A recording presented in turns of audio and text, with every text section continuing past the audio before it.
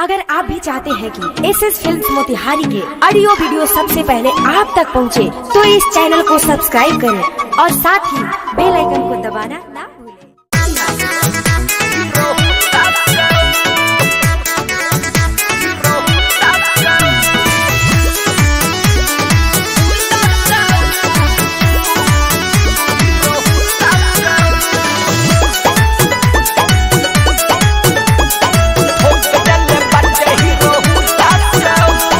रहे स्कूलवा के छुट्टी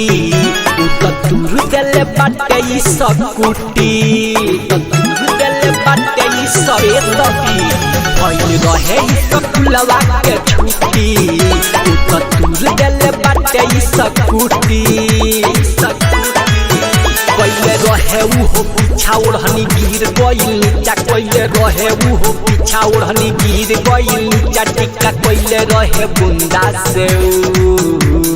कम नहीं रहे कौनो बुंदा से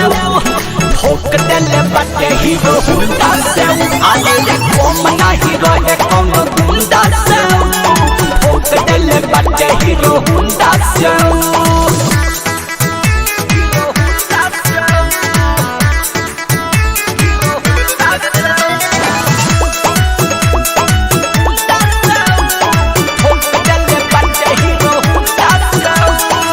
हमरा के अखियाऊ मारत रहे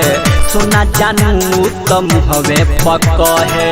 सखी रे वो कदा के दिहनी ना लहे लाइन मारत रहे उ जो है तो है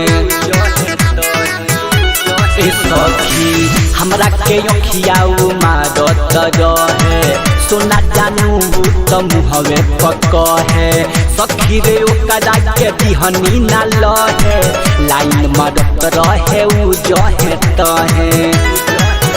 उजर पेनी के सवट रहे मोछ ऐठत उजर पेनी के सवट रहे मोछ ऐठत गाड़ी नंबर रहे वो कर दू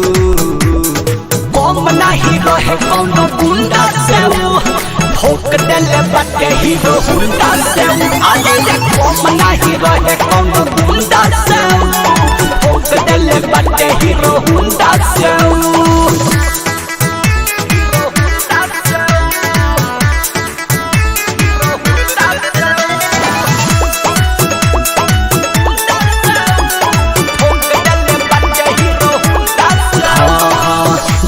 तानी ओकरा घरवा के पाता संजय सादा भी ओकर नाम ह बुझाता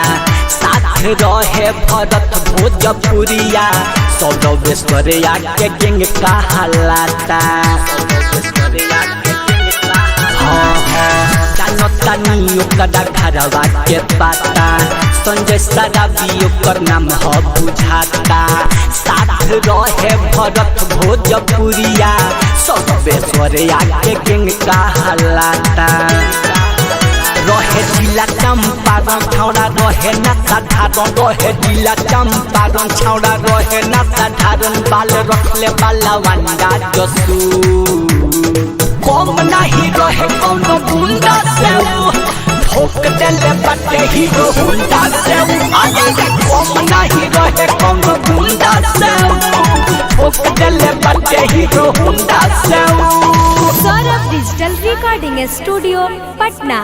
अगर आप भी चाहते हैं कि एसएस फिल्म्स मोतिहारी के ऑडियो वीडियो सबसे पहले आप तक पहुंचे, तो इस चैनल को सब्सक्राइब करें और साथ ही बेल आइकन को दबाना ना भूलें।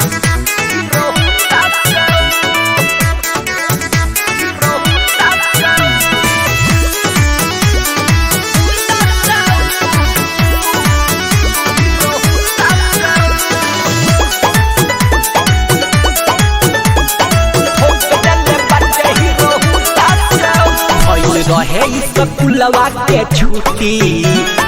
दूर दिल बाटे स्कूटी दूर दिल बाटे सकी रहे स्कूलवा के छुट्टी।